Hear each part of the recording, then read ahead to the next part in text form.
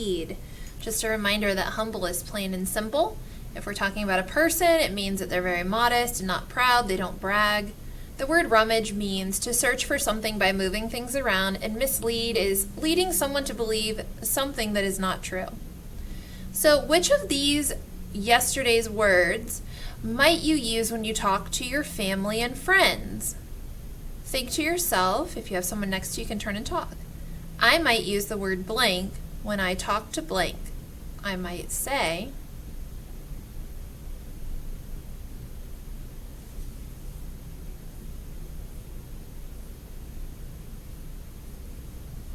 okay. So now let's create a sentence.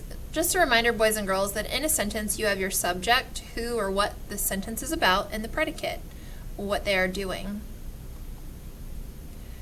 So just a reminder, rummage means to search for something by moving things around. Take a look at this picture. How would you complete this sentence? Mrs. Whiffenpoof is rummaging through her garbage because...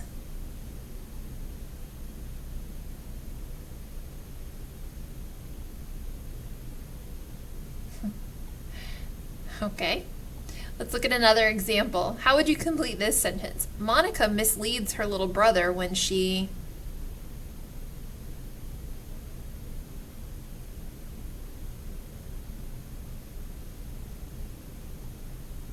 Would it make sense to say Monica misleads her little brother when she tells him his favorite TV show isn't on because she wants to watch something else? Why or why not? Right, I think that's a good example of misleading someone because she really just wants to watch something else. So instead of saying she wants to watch something else, she makes little brother believe that it's not on. What about this example?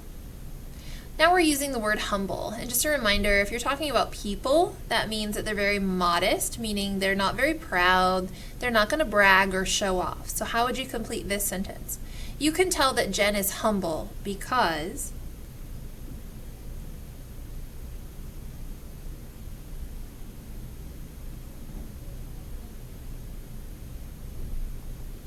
Would it make sense to say, you can tell that Jen is humble because she is a really good student, but she doesn't brag about it. She is modest. Does that make sense? Why or why not?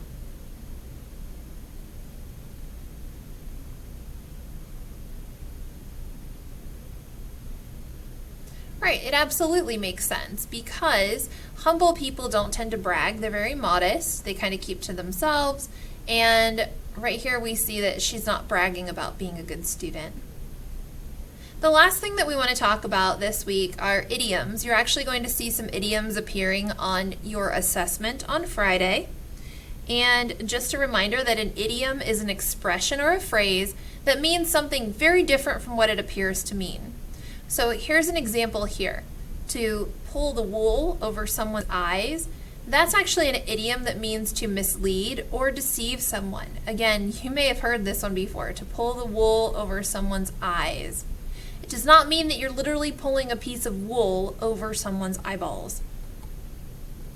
So a little bit more about idioms. Some people believe that this idiom, to pull the wool over someone's eyes, came from a time several hundred years ago when judges and lawyers, they wore those wigs, right, you can see here, made of wool in court. If a lawyer fooled a judge, it was said that the lawyer pulled the wool, meaning the lawyer pulled the judge's wig over the judge's eyes, blinding the judge from seeing the true facts of the case.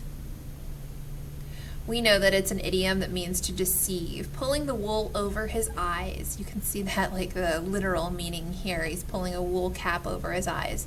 But we know that it means to deceive someone.